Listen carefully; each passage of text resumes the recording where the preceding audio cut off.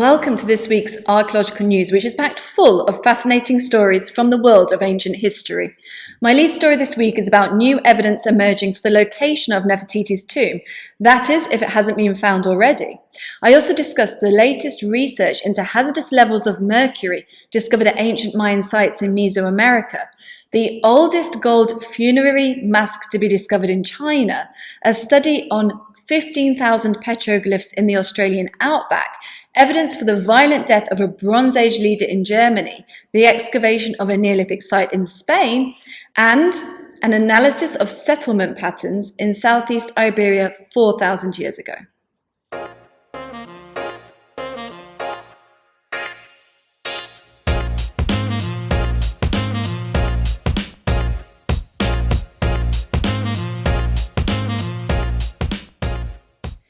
Egyptologist thinks Nefertiti's tomb may be hiding behind Tutankhamun's. Based on an analysis of hidden hieroglyphs and several other intriguing pieces of evidence, British Egyptologist Nicholas Reeves has suggested that Nefertiti's burial chamber may still sit intact behind one of the walls lining Tutankhamun's tomb. As reported by The Guardian, Reeves found that cartouches within Tutankhamun's tomb showing him being buried by his successor Ai were actually painted over older hieroglyphs. These earlier cartouches most likely depict Tutankhamun burying Nefertiti. Since Tutankhamun's tomb is smaller than expected for his status, Reeves suggests that it was actually an outer chamber of a larger tomb originally built for Nefertiti, and that the sudden death of Tutankhamun at a young age is what led for this secondary area to be used for him. High-resolution photographs of the decorations on the walls, thermal imaging, and mold growth have also led Reeves to suggest there may be hidden doorways to unexplored chambers. However, this is debated by other experts. Radar surveys have produced inconclusive data, but both Reeves and researcher George Ballard have determined that the north and east walls of the treasury are likely part of man-made structures rather than natural bedrock. Reeves discusses this latest evidence in an update to his book, The Complete Tutankhamun, which will be published on the 28th of October. This is quite contrary to the opinion of Dr. Zawi Hawass, who thinks it's possible the mummy of Nefertiti has already been found. DNA analysis is currently underway on 3 mummies which were also discovered in the Valley of the Kings, excavated from the tombs referred to as KV21 and KV35 in the 1800s. Hawass thinks that this new DNA analysis may prove that one of the mummies is Nefertiti. Dangerous levels of mercury found at Mayan sites. A recent paper in Frontiers in Environmental Science details the dangerously high amounts of mercury found at ancient Mayan cities in Mesoamerica. Mercury pollution is often found in modern cities, especially industrial ones, and is monitored to ensure it remains at safe levels. However, it's more difficult to explain why its chemical signature is so strong in the soils surrounding ancient Mayan cities. The researchers analysed 10 archaeological sites, mostly dating to the late Classic period, and found elevated mercury at 7 of them. At the city of Tikal, which was particularly prominent in the Mayan world during the late Classic period, researchers found mercury in multiple locations, including the North Acropolis and the Central Acropolis. High levels were also found in the temple and palace reservoirs. Although it's not certain how the mercury entered the soil and sediments at these sites, the researchers suggest it may have been a result of certain practices and rituals carried out by the Mayans. Vessels containing pure liquid mercury as well as cinnabar have been found at Mayan sites in the past. Cinnabar is made up of mercury and sulfur and was very important for its use as a red pigment. Mercury has also been found in Mayan skeletal remains, so it's probable that it had a negative influence on human health. However, further work needs to be carried out to determine a connection between high mercury levels in the soil and its presence in burials in these same areas. Mercury is extremely rare in the natural environment around the Mayan region, so researchers think it was imported, which suggests it was viewed as a very important substance. 3,000-year-old gold mask discovered in central China. A gold funeral mask belonging to the burial of a Shang dynasty noble has been excavated from a tomb in the city of Zhengzhou. Measuring 18.3 by 14.5 centimeters, the mask is thought to be more than 3,000 years old. Gold objects dating to that period are unusual in central China, with most artifacts having been made from jade or bronze. This means it's possible that the community who crafted the gold funeral mask were influenced by settlements from other parts of China, where gold was more popular. 200 other artifacts were also excavated from the tomb, which covers 10,000 square meters, including daggers, axes, wine vessels, goblets, smoking pipes, coins made from shells, and plaques inlaid with turquoise. The mask probably played an important role in the afterlife beliefs of the Shang dynasty. Further studies carried out on ancient rock art discovered in the Outback.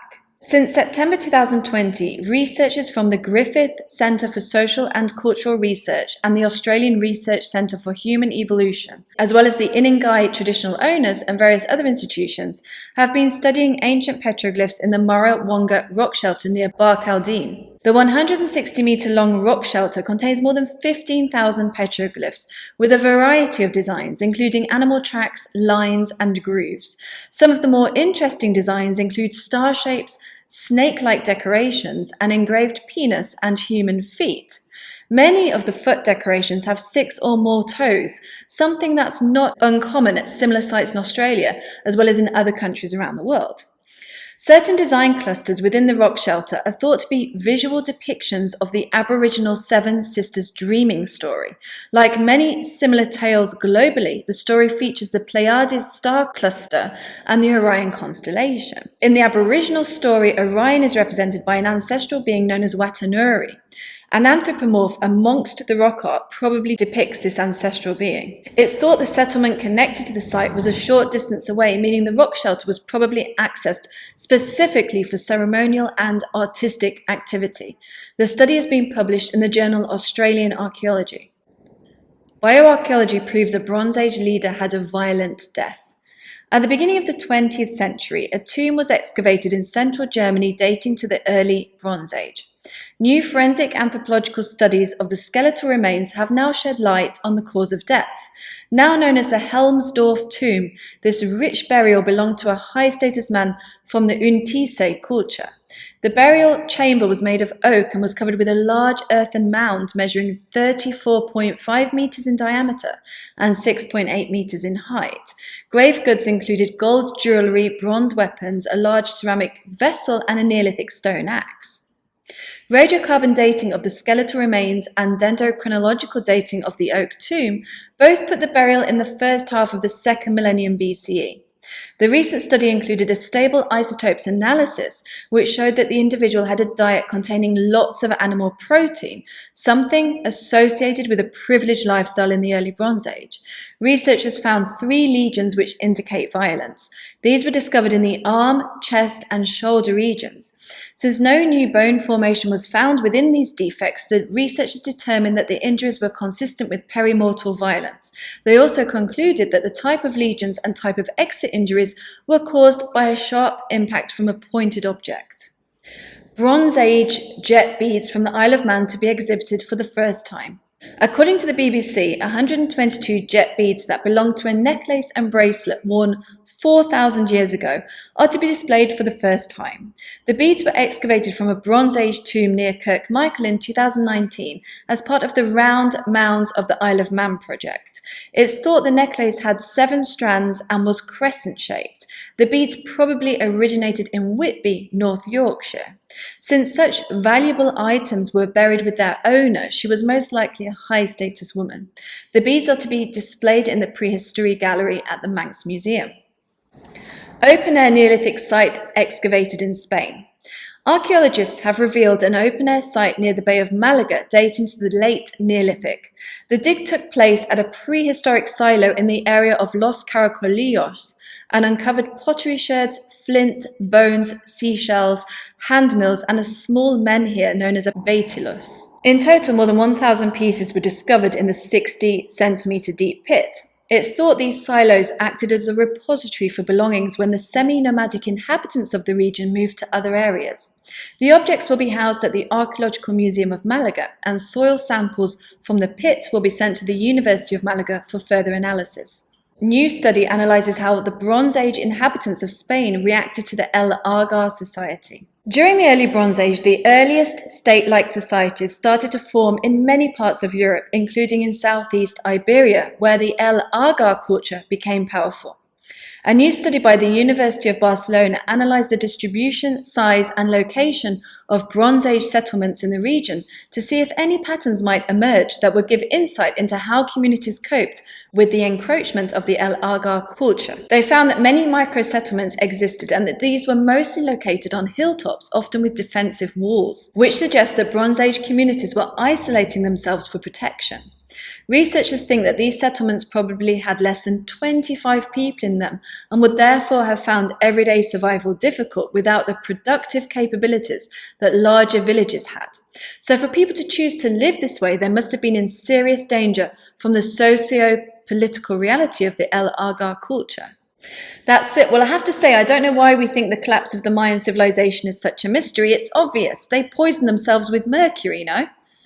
Jokes aside, though, it's really fascinating to me that the ancients were so sophisticated when it came to using chemicals. I do wonder if they were able, over time, to associate the use of mercury with sickness, especially considering it's been found in reservoirs. Its prevalence, not just in soil, but in skeletal remains and vessels, shows it must have been used for a wide variety of activities. It will be exciting to see what further research finds. What do we think about Nefertiti's tomb? I think this new evidence regarding the reused cartouches is pretty compelling, and hidden chambers have been found within tombs in the past, so why not? And if it is still intact, and it is as big as the Egyptologist thinks it is, what a discovery that would be. I guess we will have to wait for the results of the DNA analysis on the mummy that Zawi Hawass thinks might turn out to be Nefertiti. Let's see what happens there. If that analysis proves inconclusive or shows that the mummy is not Nefertiti, then I think we can get even more excited about the hidden chamber idea. I love the idea that the rock art in the Outback may depict myths related to star clusters and constellations, something we see in many cultures worldwide, both in prehistory and since written texts first appeared.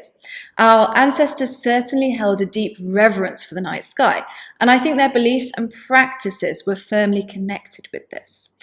Anyway, thank you for joining. Please hit the like button, let me know what you think of these stories, and I'll see you next time.